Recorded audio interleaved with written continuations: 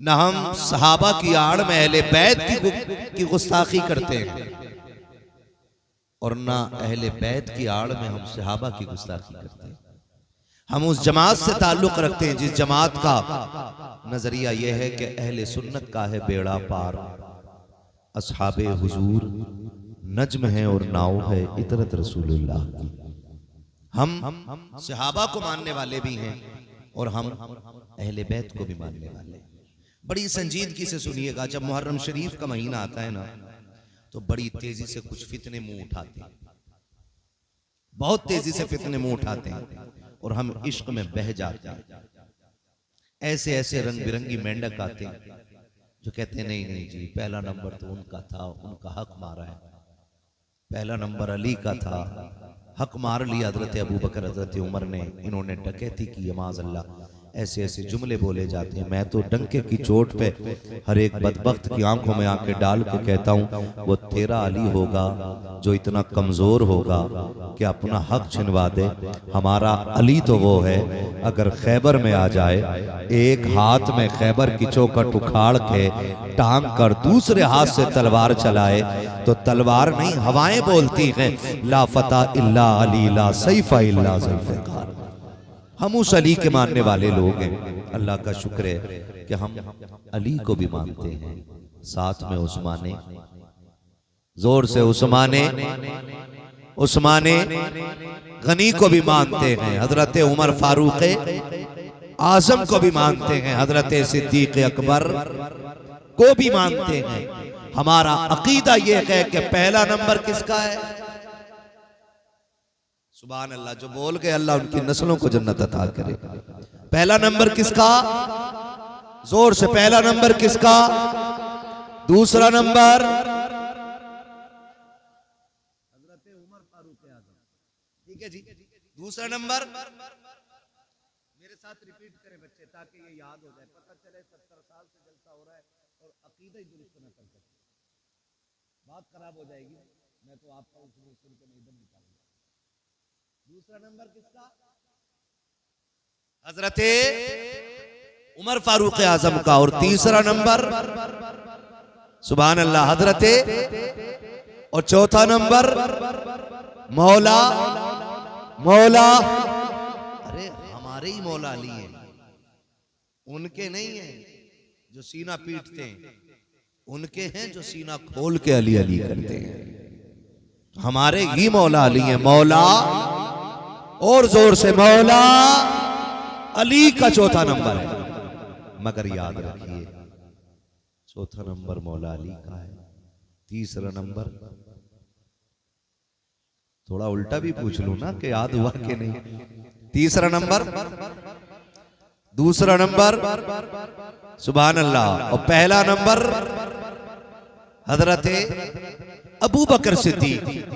ये जो बकवास करते हैं ना लोग, ये जो बकवास करते हैं कि नहीं वो हुजूर की आल से चिढ़ करते थे, मैं कहता हूं हमने हुजूर की आल का अदब सीखा ही सहाबा से।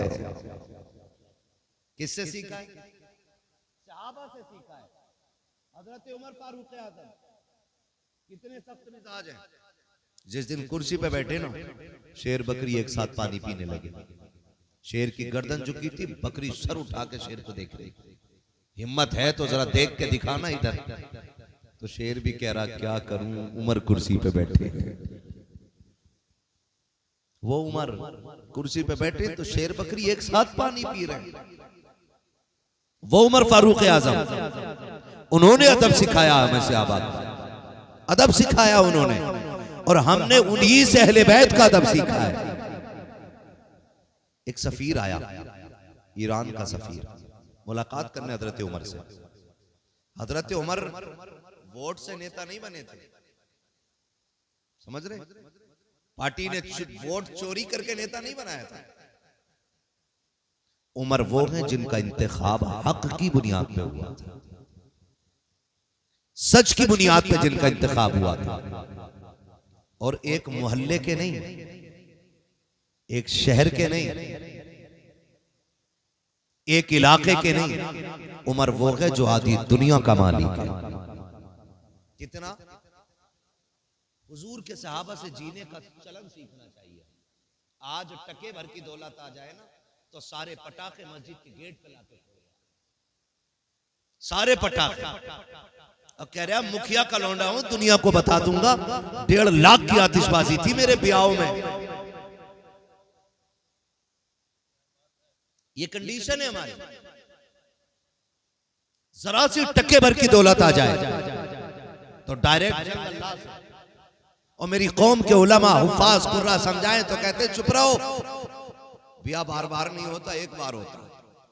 तो सुन, अगर शादी एक बार होती है तो मौत भी एक बार आती है। सुन रहे मेरी बात? अगर शादी एक बार होती है तो मौत भी, जिन्हें आनी है वो बोले। हाँ जी, सबको आनी तो सब बोले ना फिर। हाँ, शादी एक बार होती है, शादी के तो चांसेस हैं 4 बार कर लो, मगर वही करे जो चारों के साथ इंसाफ कर सके। हर किसी को इजाजत नहीं है, समझ रहे ना?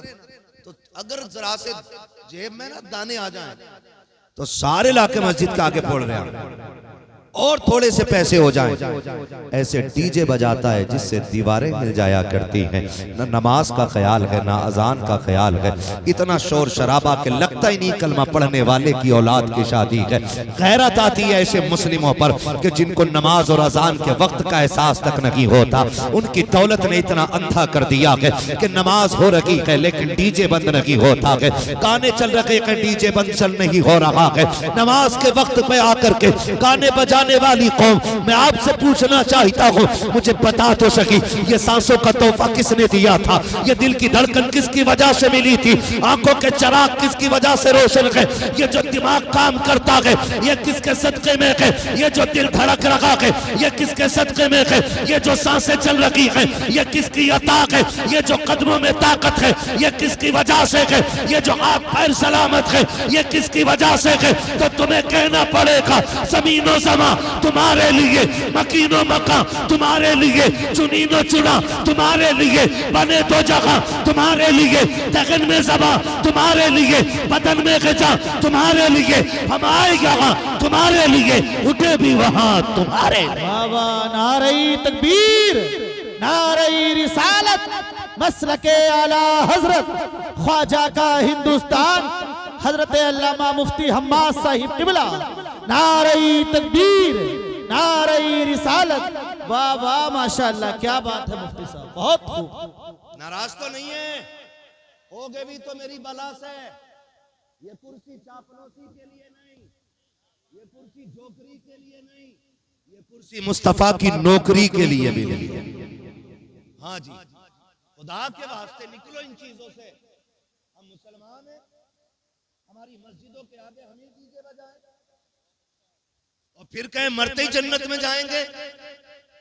जन्नत बाप के नाम या माल में लिखी हुई जायदाद नहीं है जो मरेंगे और मिल जाएगी। जन्नत इतनी सस्ती होती तो मेरे नबी का चचा कभी कलेजे के टुकड़े न कराता। हाँ, कभी टुकड़े न कराते। जन्नत सस्ती होती तो हजरत जुनैरा आंखें न खोती। जन्नत सस्ती होती तो हजरत सुमैया के बीच से 2 टुकड़े न किए जाते। हाँ, और हमने तमाशा बना दिया दीन का। 4 दाने आगे फटा जा रहा, कह रहा ऐसा डीजे करके आऊंगा, छत हिला दूंगा। छत है बेटे, जब कब्र में फरिश्ते आएंगे गुर्द लेकर के तो इतनी धमक तेरे 70 डीजों में नहीं जितने एक लठ में डीजे से ज्यादा धमक उनके निकली। निकलो इन चीजों से। आज कौन कहां आके खड़ी है? आज पूरी दुनिया हमें मिटाने पे लगी है। हमारी पहचान छीनी जा रही है, हमारी शनाख्त छीनी जा रही है। 16-16 साल के लड़कों को चाकुओं से सरेआम कत्ल कर दिया जाता है। कोई है आज उम्मत का पुरसाने? मुझे बताओ कितनी दौलत है तुम्हारे पास? डीजे बजाने वालों, मुझे अपनी दौलत का हिसाब ला करके दिखाओ। अगर ये दौलत अल्लाह ने दी है ना तो इसे अय्याशियों पे न लुटा। देख अगर किसी गरीब की बेटी गुर्बत की वजह से बाप की दहलीज पे बैठी है, मुट्ठी बंद करके उस गरीब की गोद में जाके डाल दे। मैं नहीं जानता कि दुनिया उस दौलत को देख करके क्या कहेगी, लेकिन इतना जानता हूं अगर तेरी दौलत से किसी गरीब का घर आबाद हो गया, तुझे मरने में देर लगेगी, रब को तेरी कब्र को जन्नत बनाने में देर नहीं लगेगी। हम तो ये सोचते जमीन अब्बा मार के मर जाए, मैंने काट के मर जाए, और मेरे मरने के बाद मौलवी ऐलान करे बड़ा जन्नती था, मैंने ख्वाब में देखा। हम ये चाहते हैं। खुदा के वास्ते निकले इन चीजों से। आज हम कहां खड़े, हमारे साथ हो क्या रहा, ये भी तो देखो। इतने अंधे क्यों हो गए हम? आज दीन की जिम्मेदारी मेरे कंधे पे भी और आपके कंधे पे भी।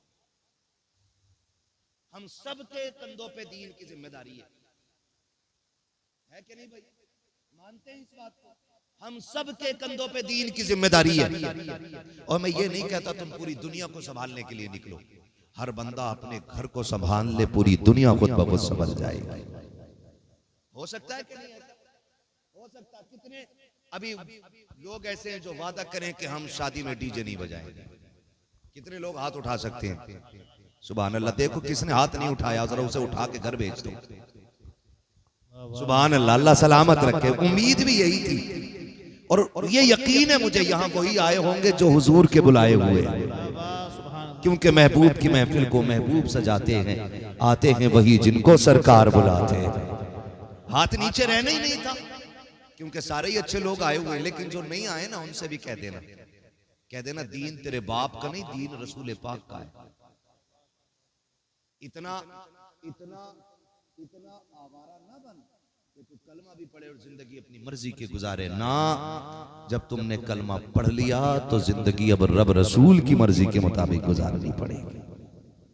आज ही करेंगे इंशाल्लाह, करेंगे। और डीजे बजाने वाले अल्लाह माफ करे, वो औकात होती है इनकी, वो औकात हो डीजे बजवा दे और सुबह आके गेट बजा दे। क्या है जनरेटर के पैसे? चल वे, कल तो बिया हुआ, अब जनरेटर के पैसे लेता है। थोड़ी देर गुजरी फिर डीजे वाला, थोड़ी देर गुजरी फिर बजाने वाला, फिर लाइटिंग वाला आ जाते, मर जाते। पूरी बारात में हम डीजे बजाते हैं, शरीयत याद नहीं आती है। शरीयत कहाँ याद आती है? जब निकाह होता और इमाम 5000 मांग लेता। कह रहा कौन सी शरीयत में लिखा? ये बता, डीजे बजाना कौन सी लाल किताब में लिखा है? कुछ तो कॉमन सेंस होगा, कुछ तो। हम रोटी खाते हैं तो इतना विभाग होगा ना हमारे अंदर कि शरीयत कहाँ याद आ रही है? जब 5000 रुपए सुन्नत, जो असले मकसद है पूरी खुशी का, उसके बदले में अगर 5000 दे दिया तो शरीयत पूछ लिया। तुम देखो ऐसा ऐसा छपरी आता शादी पर, बाल कुत्ता कटिंग वाले यूं निकले हुए है, करेंसी का नोट लाता, उस पे बॉक्स में चढ़ के यूं चला गया है। किसका आना? फना का बेटा, ओहो बड़ा कमा के लाया। और अगले दिन देखो मोजों में से बदबू आ रही होगी, उसे धोने तक तसाबुन नहीं होगा। सही, ये औकात है हमारी। गलत कह रहा हूं मैं? बहुत अच्छी चीजों से यार, अब वक्त इसका नहीं है। अल्लाह ने तुम्हें दौलत दी है ना, और तुम बेटे का निकाह कर रहे हो, तो जो तुम एक्स्ट्रा में नाजायज जगह पे जो तुम 2-3 लाख रुपए लगा रहे हो ना, उस पैसे को लगा के किसी गरीब का घर अपने बेटे के साथ बसवा दो। दुनिया में भी ऐश करोगे, आखिरत में भी ऐश करते नजर। वाह वाह, बहुत अच्छा। हमें काम करना चाहिए, क्या खूब इस्लाह है। बोलो होना चाहिए कि नहीं? हमें क्या करना है? इन चीजों से निकलना है। तो फटा जा रहा, जरा से दाने आगे तो यूं, और हद तो तब हो जाती है 4 बेटे दिए तो हिसाब लगा रहा, कलुआ मलुआ भूरा और जुम्मा कह, ये मतलब एक वो नाम ले रहा हूँ फर्जी, किसी के है नहीं है, नाम नहीं कर रहा, एक बता रहा हूँ मिसाल के तौर पे। तो अब्बा कह रहे आप 15 लाख भूरा में मिलेंगे, 15 लाख अच्छन में मिलेंगे, 15 बब्बन में मिलेंगे, 15 जुम्मन में मिलेंगे। हराम की दौलत है, हद हो गई भाई। और हमारी बिरादरी का तो सबसे बुरा हाल, 15 लाख कैश, 20 लाख कैश दिया लड़की वाले ने, फटा जा रहा मोहताज। भाई जो लड़की वालों से पैसा मांगे उससे बड़ा मोहताज कौन होगा भाई? मर्द वो होता है जो अपने बाजू की ताकत से कमा के बच्चों को पालता है, वो ना मर्द होता है जो ससुराल के पैसों से अपने बच्चों को पाला करता है। 15 लाख 20 लाख इस रस्म ने कौम का बेड़ा गर्क कर दिया। बोलो ऐसे ही है कि नहीं? चल रहे नहीं? कह रहा 15 लाख, कह रहा हमारे लल्ला को 15 मिल रहे हैं, तुम कितने दिलवाओगे? बकरा है, बकरा ईद में बेच ले। अल्लाह ने बेटा दिया है तो नमरूद ना बन, शद्दाद ना बन, हमान ना बन। जो जिंदगी देने वाला है वही मौत देने वाला है। क्या तुमने नहीं देखा? बराते निकली, दूल्हा बने, घर से निकले, निकाह के बाद पलट रहे थे, एक्सीडेंट हुआ, दूल्हा दुल्हन सारे खत्म। जिंदगी मौत का मालिक कौन? सारे बोले कौन? सारे बोले, पीछे वाले भी बोले अगर दहेज में पैसा मांगने की कोई तमन्ना ना हो तो। जिंदगी देने वाला कौन? और कैमरों की आड़ में दुबक के बैठने वालों तुम भी बोलो कौन? मौत देने वाला कौन? रिस्क देने वाला कौन? तो फिर ससुर से मांग किस नियत से रहा है? मालदार होने के टाइम महबूब अलैहिस्सलाम ने फरमाया, मेरे आका का फरमान है, जो किसी लड़की से इसलिए शादी करेगा कि वो पैसे वाली है और मैं अमीर हो जाऊंगा, अल्लाह उस वक्त तक मौत नहीं देगा जब तक मोहताज ना कर देगा। इन रस्मों से भी हमें निकलना पड़ेगा। निकलेंगे भाई? ना मांगो, ना मांगो पैसे, बिल्कुल ना मांगो। लड़की वाला अपनी मर्जी से कायनात उठा के दे दे। मुझे तो शर्म आती है। पहले लोग सिर्फ बेटों के शादी में खुशी करते थे, अब तो बेटी की शादी में डीजे बज रहा, भाई नाच रहा है। कितनी बेगैरती का दौर है। इससे बड़ी बेगैरती आनी थी कौम में। ये सफेद बालों वाले लोग बैठे, इनसे पूछ लो।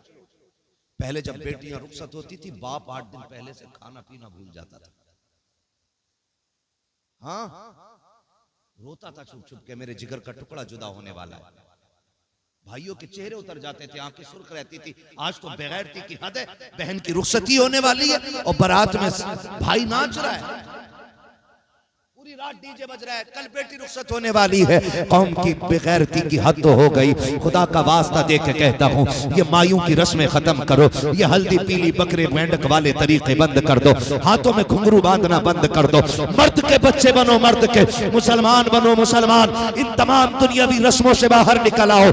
ये रस्में तुम्हें तबाह बर्बाद कर देंगी, ये कौम का जनाजा निकाल देगी, गैरत का जनाजा निकाल देगी। मुझे तो हैरत होती है, कल बहन की बारात आने वाली है, पूरी रात भाई डीजे पे नाचता रहा, माँ ने भी तमाशा देखा है, भाई ने भी तमाशा देखा है। 4 दिन गुजरे गए, 4 माह गुजरे गए के बाद तलाक पे आ जाती है। फिर तावीज़ और डोरियों के चक्कर लगाते हो, फला बाबे से डोरी लेके आएंगे ताकि बेटी का घर आबाद हो जाए, फला से लेकर के आएंगे ताकि बेटी को तलाक न हो। अब कुछ नहीं होने वाला है। खुदा का वास्ता दे के कहता हूँ, आओ वो तरीके अपना लो, कल का दौर अपना लो। जब बेटियां रुखसत होती थी, बाप छुप के दीवार के साए में रोता था, भाई की आंखों के आंसू नहीं सूखते थे। जिस भाई की बहन से पूरी जिंदगी लड़ाई रहती थी, आज बहन की जुदाई पे उसकी आंखों के आंसू नहीं टूट रहे हैं। जाओ जा करके उन बेगैरत भाइयों को बता दो जो बहन की रुखसती पे डीजे बजाते हैं, गानों की महफिलें आबाद करते हैं। तुम्हें खुदा का वास्ता दे के कहता हूँ,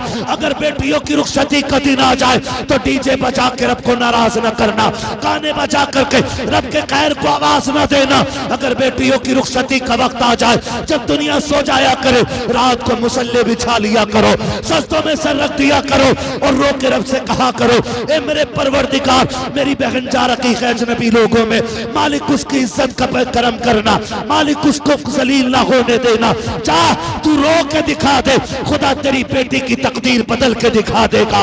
वो तो ये कहता है, रोने के लिए मेरी बारगाह में आना तेरा काम है, तेरी बेटी की किस्मत बनाना ये मेरा काम। नारे तकबीर, नारे रिसालत, मसलके आला हजरत ख्वाजा का हिंदुस्तान, असालत नगर बगा का सुन्नी मुसलमान हजरत अल्लामा मुफ्ती हम्माद साहिब किबला। नारे तकबीर, नारे रिसालत। वाह वाह, क्या बात है, तो नहीं है? बहुत अच्छा, क्या खूब। तो मसला कोई नहीं है। मैं एक पैगाम दे चुका और टाइम भी लगभग पूरा हो चुका। आपसे मेरी इतनी गुजारिश है, खुदारा निकले इन चीजों से, निकलें।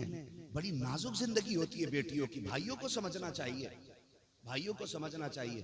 और हैरत होती है भाई, सुने, तवज्जो है भाई,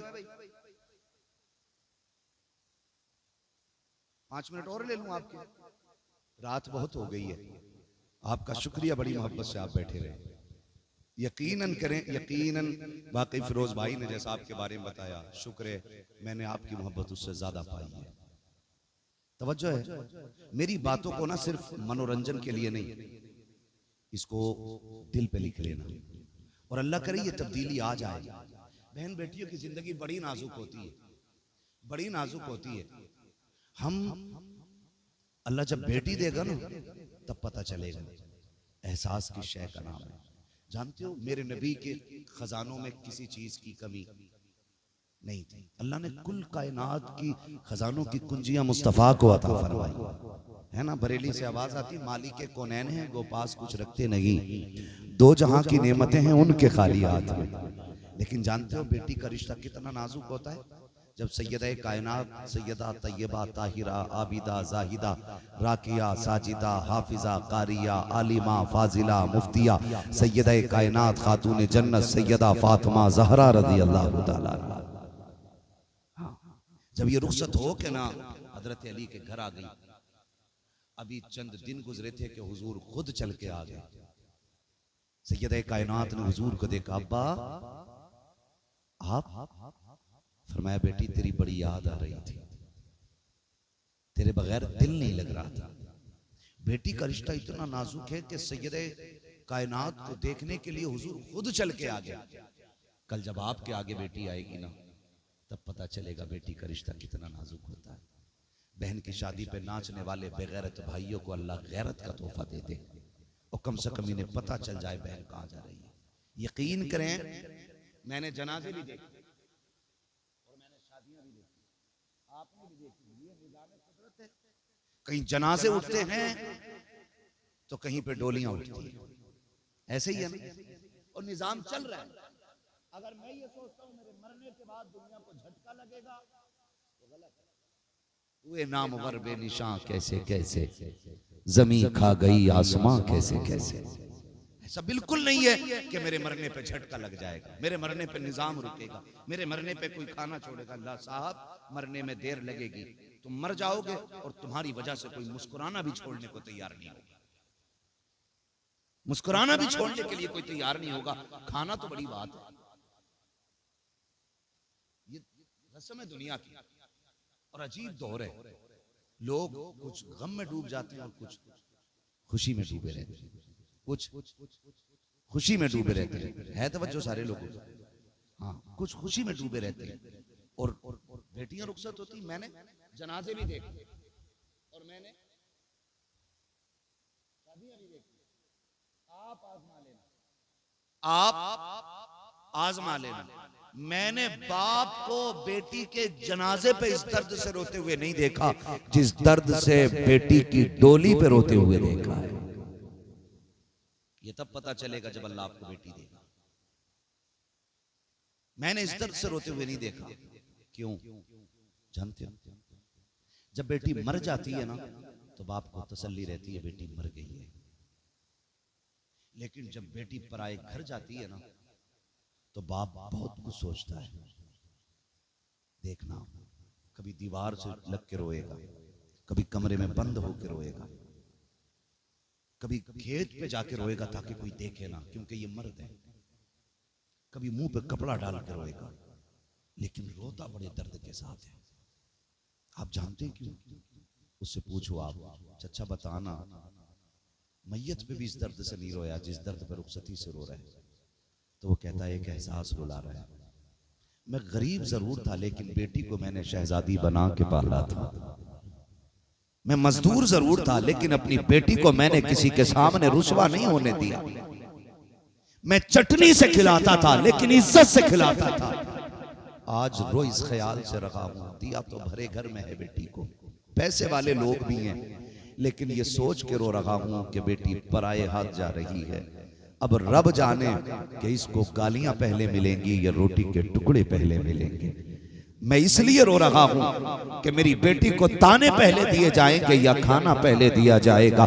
यहां रुक के ये बात भी कहना चाहूंगा, खुदा के वास्ते अगर आप शादीशुदा हैं तो किसी की बेटी को नाजायज सताना मत, किसी की बेटी को बिला वजह रोने पे मजबूर मत करना, किसी की बेटी को इस मकाम पे लाके मत खड़ा करना कि वो सजदे में गिर के अपने रब को एक बार चीख मार के कह दे अल्लाह फैसला तू ही कर दे। अगर बेटी ने इतना कह दिया तो तुझे 70 पीर मिल के भी नहीं बचा सकते हैं। इसलिए कि जब कोई मजलूम तड़पता है तो उसकी आह सीधी जा करके अर्श से टकरा जाती है, और जब आगे अर्श से टकराती है तो फैसले खुदा के होते हैं, और जब इंतकाम खुदा लेता है तो कोई माई का लाल बचा नहीं सकता है। इसलिए कि कायनात में अगर कोई निजाम चलता है तो परवरदिगार के हुक्म से चला करता है। वाह वाह, बहुत अच्छा, क्या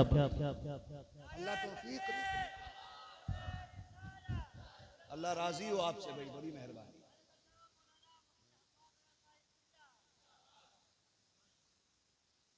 तवज्जो है ना सारे लोगों की भाई, अल्लाह करे कदर करने बेटियों की। बेटियां रुखसत हो तो भाइयों से गुजारिश है, जितना रिश्ता तेरा गहरा है ना उतने सजदे तहज्जुद के लंबे कर, मांग अल्लाह से झोली फैला के बहन की खुशियां। क्या मालिक मेरी बहन की आंख में कभी आंसू ना आए, तू एक बार झोली फैला के तो देख, तेरी बहन के साथ पुश्तों तक वो आंसू नहीं आने देगा। आना उसकी चौखट पे आ और मांग के तो देख। लेकिन कौन मांगे?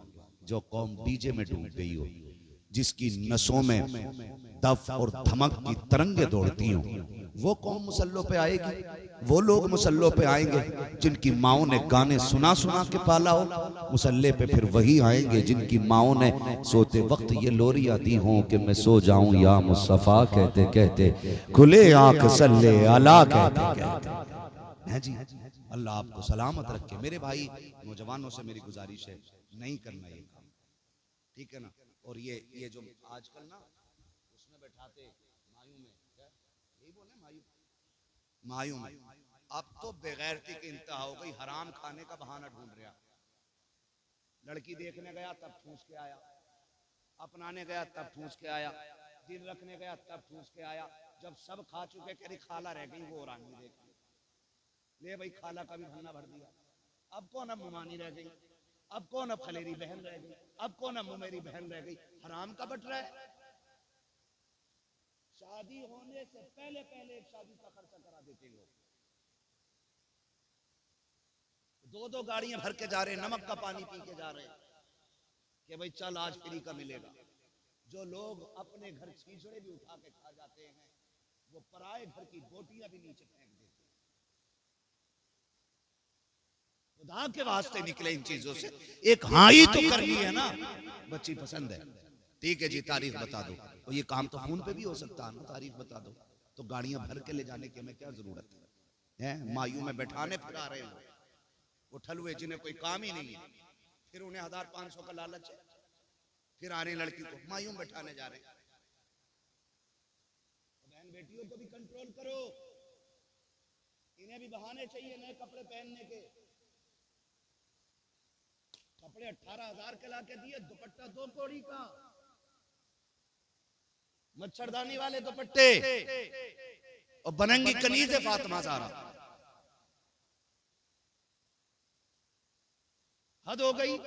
मैं तो हैरत में था, गांव में माइक लगाया, मैं सोचा यार जलसे का ऐलान करने आया होगा।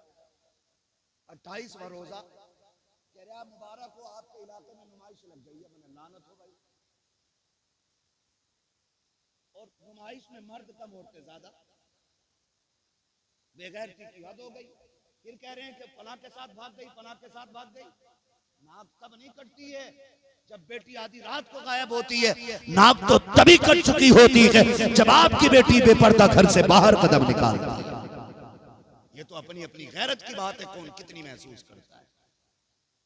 हाँ, कोई गंदगी के ढेर पे बैठ जाए उसे बदबू नहीं आती, और कोई करवट से निकल जाए तो उसे चक्कर आ जाता। कह रहा शुक्र है जी लिहाज वाली बेटी अभी तक घर से न निकली।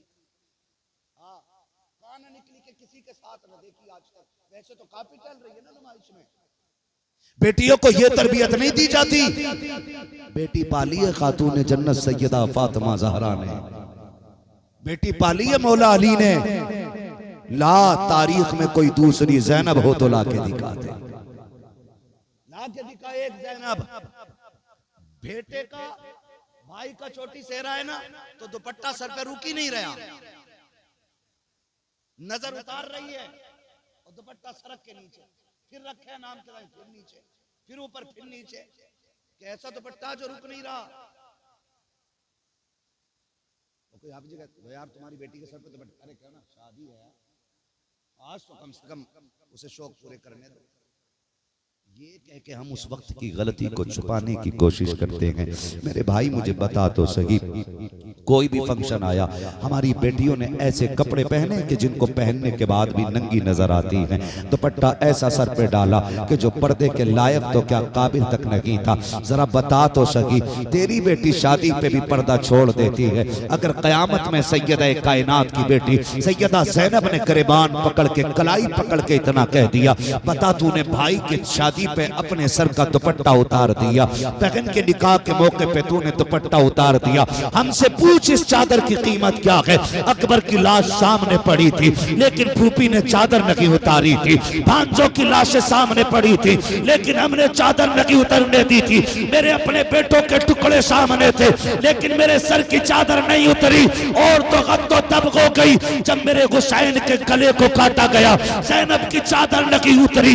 हद्दो तब हो गई जब लाशों पे घोड़े दौड़ते रखे, ज़ैनब ने चादर नहीं उतारी। ज़ैनब तू बता दे तेरे सर की चादर क्यों नहीं उतरी? क्या तुझे अकबर प्यारा ना था? क्या तुझे असगर से प्यार ना था? क्या तुझे कासिम लाडला ना था? क्या तेरे गोनो मोहम्मद तेरे जिगर के टुकड़े ना थे? तो सैयदा ज़ैनब के मजार से आज भी आवाज आती है, अगर मेरे गोनो मोहम्मद के बदले में, उनके एक बाल के बदले में कोई सारी दुनिया ला के देता तो मैं एक बाल के बदले में दुनिया को टुकरा देती, एक बाल बेटे का ना देती। सैयदा बता तो सकी, तेरे सर की चादर रखी, बेटे ना रखे। सैयदा ज़ैनब ने कहा यही तो नाना से सीखा है, कुछ रखे या ना रखे, कयामत तक नबी का दीन बाकी रहना चाहिए। वाह वाह, नारे तकबीर, नारे रिसालत, मसलके आला हजरत ख्वाजा का हिंदुस्तान, हजरत अल्लामा मुफ्ती हम्माद साहिब क़िबला, इस्लाहे मुआशरा कॉन्फ्रेंस, नारे तकबीर, नारे रिसालत। वाह वाह, बहुत अच्छा। हुसैनी अगर हाथ उठा के बता दे सुभान अल्लाह, सारी हुसैनी है। अल्लाह सबको करबला वालों के सदक़े में जन्नत का हकदार बना दे। लेकिन यहाँ रुक के हमें एक बात सोचनी पड़ेगी। मैं कहूँ कि भाई मैं बंदा कांग्रेस का हूँ तो मेरी जेब पे बिल्ला समाजवादी का है, यकीन करेगा कोई? बोलो, नहीं करेगा। मैं कहूँ बसपा में हूँ तो बिल्ला समाजवादी का नहीं मानेगा, झूठ बोल है ना, झूठ बोल।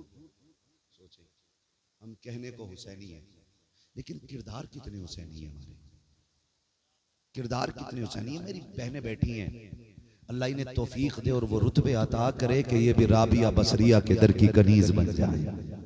हाँ, अल्लाह इन बहनों को ऐसी तौफीक दे। हम जानते हैं अगर बहनें पारसा हो जाए ना तो इनके गैरत वाले हाथों की रोटी खाने वाला भाई कभी बेगैरत नहीं हो सकता है। इतना तो हम भी जानते हैं, अगर बहन गैरत वाली होगी तो इसके हाथ के टुकड़े खाने वाला भाई भी गैरत वाला ही बनेगा। और बहनों के सर की चादरें उतर जाए ना तो जितनी चाहे तस्वीर लगा ले, जितनी चाहे ऊंची टोपी लगा ले, जो लुक में खा रखे हैं वो अपनी बेगैरती के असर से आपके खून को बाज नहीं रहने देंगे। ये सबसे ज्यादा जरूरी काम, सबसे ज्यादा जरूरी काम है। मैं सिर्फ एक बात करना चाहता हूँ, मुझे तो हैरत होती है कैसा पर्दा सैयदा ज़ैनब का था, कैसा पर्दा सैयदा ज़ैनब का था कि करबला से दमिश्क, शाम, फिर मदीना, सारा सफर हो गया लेकिन किसी गैर महरम ने ज़ैनब का चेहरा ही नहीं देखा। एक मुहर्रम से 10 मुहर्रम तक हलीम खाते खाते दांत तोड़ने वाली कौम की बेटियां जब नंगी नजर आए ना तो फिर सवाल तो बनता है ना कि हमने बेटियों को क्या सुना के पाला, क्या सुना के हमने बेटियों को पाला है? हमने वो कपड़े लाके दे दिए जिनमें बेगैरती की हद हो गई। खुदा के वास्ते तारीख का बाब देखें, कितना ताज्जुब होता है कभी कभी जब यजीद के दरबार में ना अहले बैत अथार के अफराद थे, बच्चियां थी, बेटियां थी, शहजादियां थी। सुने, अल्लाह करे ये बात दिल में उतर जाए। सुन रहे मेरी बात? जब दरबार में खड़े थे ना, पहली बात तो सुबह से शाम तक दरवाजे पे अहले बैत का काफिला खड़ा रहा। इतना बदबख्त था यजीद कि जन्नत उसके दरवाजे पे खड़ी रही थी, लेकिन अपने लिए वो जन्नत के दरवाजे ना खोल सका। सुन रहे मेरी बात? अपने लिए जन्नत के दरवाजे ना खोल सका। बताना ये चाहता हूं, जब उसके दरबार में अहले बैत की शहजादियों को पेश किया गया, एक एक से तारुफ करा रहे। ये कौन है, ये कौन है, ये कौन? एक एक का नाम पूछ रहे हैं। सुनो बहुत गौर से, नाम पूछते पूछते, नाम पूछते पूछते जब बात सैयदा कायनात की बेटे की बेटी सैयदा सकीना तक पहुंची ना, उसने कहा ये कौन है? तो एक खातिमा ने कहा कि ये हुसैन की बेटी सकीना है। उसने कहा मैं इसके मुंह से सुनना चाहता हूं, ये बताए ये कौन है? उसने कहा तू बता तेरा नाम क्या है और तू कौन है? कोई जवाब ना है। फिर उसने कहा कौन है तू? इमाम ज़ैनुल आबिदीन ने फरमाया जालिम, कुछ तो गैरत कर। सकीना के गले की रस्सी का फंदा इतना टाइट है कि आवाज नहीं निकल रही है। पहले कुछ फंदा तो ढीला हो तब तो बात करे ना सकीना, तब तो बात करे ना सकीना। उसने एक अपने फौजी को इशारा किया, जा रस्सी का फंदा खोल। दम घुट रहा है, सांसें टक रही है, हर कोई ये चाहता कोई मुझे बचा ले। जब फंदा इतना टाइट हो कि गला लग रहा हो, एक फौजी आगे बढ़ा। हजरत सकीना दौड़ के हजरत ज़ैनब के पास पहुंच गई। वो फौजी वहां गया, वहां से हटी इमाम ज़ैनुल आबिदीन के कदमों में आ गई। कहा क्या मामला, ये फंदा ढीला क्यों नहीं करने देती? तो इमाम ज़ैनुल आबिदीन ने कहा कुछ तो गैरत कर और जरा शर्म कर, देखता नहीं ये अली के घर की बेटी है तो 7 साल की, लेकिन सकीना को यह भी गवारा नहीं है कोई गैर मर्द हमारे जिस्म को हाथ लगा दे। तारीख गवाह है, इमाम ज़ैनुल आबिदीन ने अपने हाथ से फंदा ढीला किया था। आज कितनी बेगैरती हमारे घरों के अंदर आ गई है, कोई हिसाब है? इसे कल्चर कहते, इसे फैशन कहते। और बेटियां, अल्लाह माफ करे, अगर किसी शरीफ की शरीफ दादी भारी कपड़े पहन के सर छुपा के और चादर नीचे डाल के आ जाए ना, कहते हैं दकियानूसी सोच है। पहले जमाने की अनपढ़ है, अनपढ़ दमार। ऐसे दौर में कोई इतने भारी दुपट्टे ओढ़ रहा, तो मैं कहता हूं वो अंधेरा की भला था कि कदम राह पे थे, रोशनी लाई है मंजिल से बहुत दूर हमें। खुदा के वास्ते अपने घरों में पर्दा दे दो और इतना अच्छा कर दो अपने घरों को कि हमारे घरों में अल्लाह फिर से हुसैन तो न सही लेकिन हुसैन के गुलाम पैदा फरमा दे। मैं फिर ये बात कहूंगा, हर जलसे में कहता हूं। एक बंदी ने गैर मुस्लिम थी और लेक्चर देते हुए एक बात पूछी। उसने कहा कि 1400 साल हो गए मुसलमानों में, आज तक एक ही हुसैन हुआ है, दूसरा क्यों नहीं? गैर मुस्लिम का ये सवाल था लेक्चर देते हुए। 1450 साल में मुसलमानों में एक ही हुसैन पैदा क्यों हुआ? कोई जवाब न मिला। कोने से बूढ़े ने उठ के कहा मैं बताऊं। कहा क्या? कहा सुन, आज तक 1450 साल हो गए, कोई फातिमा भी तो दूसरी दुनिया में नहीं आई है। तुम मुझे फातिमा ला के दे दो, मैं तुम्हें हुसैन ला के दिखा दूंगा। पता ये चला माए पारसा होती हैं तब बेटे हुसैन बनते हैं, माए पारसा होती हैं तब बेटे हसन बनते हैं, माए पारसा होती हैं कुरान की कारिया होती हैं तब बेटे नेज़े पे चढ़ के कुरान पढ़ा करते हैं। हुसैन को नेज़े पे कुरान पढ़ना था क्योंकि माँ ने दूध पिलाया ही कुरान सुना के था।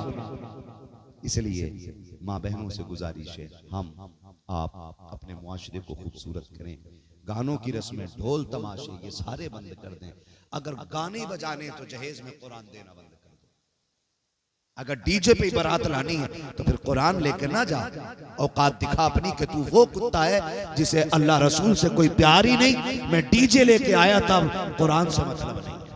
और अगर कुरान से मतलब है तो डीजे बंद करो और दुनिया को बता दो हम कल भी कुरान वाले थे, हम आज भी कुरान वाले हैं और कल भी कुरान वाले रहेंगे इंशाअल्लाह। करेंगे इंशाअल्लाह ये कोशिश, करेंगे इंशाअल्लाह ये कोशिश। मैं अर्ज कर रहा था हज़रत उमर फारूक आज़म से, हमने अहले बैत का अदब सीखा। कहाँ खोले हैं गेसु यार ने, खुशबू कहाँ तक है। फिरोज लल्ला अभी तो तकरीर शुरू हो रही है, थक गए नहीं ना, चलें फिर आगे। हमने अदब भी सहाबा से सीखा है। हजरत उमर फारूक आज़म आदि दुनिया का बादशाह है ना, सफीर आया ईरान का, सफीर आया और सफीर ने कहा कि जी मुझे तन्हाई में थोड़ी बात करनी है आपसे, बात करनी है तन्हाई में। कहा ठीक है। आप अपने दारुल खिलाफा में गए और अपने बेटे से कहा, अब्दुल्ला इब्ने उमर से कहा, सुन गेट पे खड़ा हो जाओ, कोई भी आ जाए अंदर आने मत देना, मैं बड़ी जरूरी मीटिंग कर रहा हूँ। ये कौन कह रहा है? हजरत सुभान अल्लाह, हजरत, आपको बात याद है ना, हजरत उमर कह रहे कोई भी आ जाए अंदर आने मत देना। हजरत अब्दुल्ला इब्ने उमर, हजरत उमर के बेटे खड़े अंदर। हजरत उमर एक सफीर से बात कर रहे हैं, बात करते करते इसी बीच में इमाम हुसैन आए। जब आए ना तो कहा मुझे अमीरुल मोमिनीन से मिलना है। कहा अंदर है। कहा मैं जा सकता हूँ? कहा इजाजत तो नहीं है। उन्होंने मुझसे तो मना किया, लेकिन आप मालिक के जा सकते। तो आपने कहा ठीक है, अमीरुल मोमिनीन मसरूफ आदमी है, जोहर में आएंगे वहां मुलाकात हो जाएगी। ये कह के आप चले गए।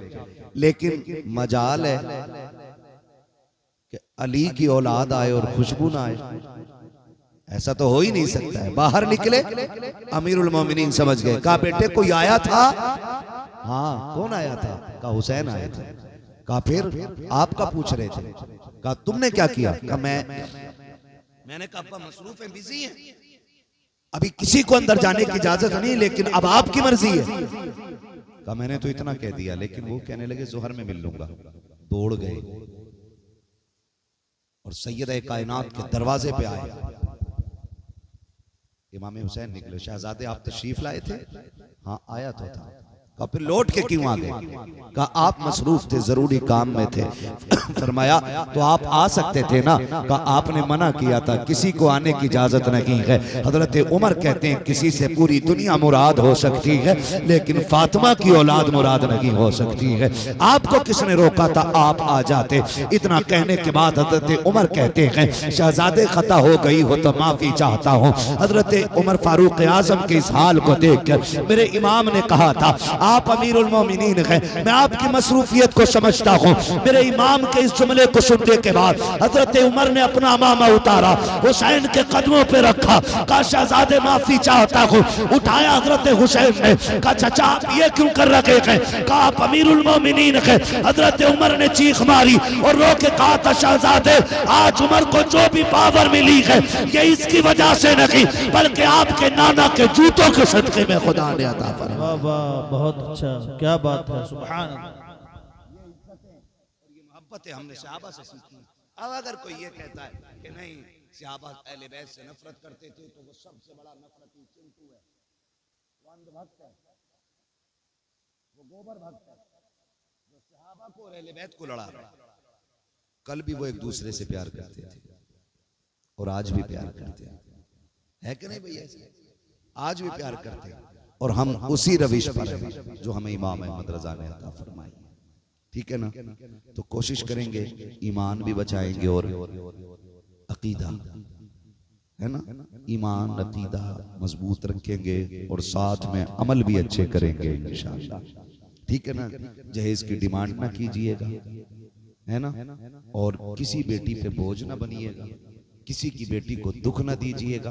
अपनी बेटी की शादी ब्याह के मौके पे गाने ना बजा करके रातों के सजदे लंबे कर दीजिएगा, ताकि अल्लाह आपकी बेटी की जिंदगी में खुशियां अता फरमा दे। आज आप दूसरे की बेटी को इज्जत दोगे, आने वाले कल में खुदा आपकी बेटियों को इज्जतों की महराज अता फरमाएगा। क्योंकि जैसी करनी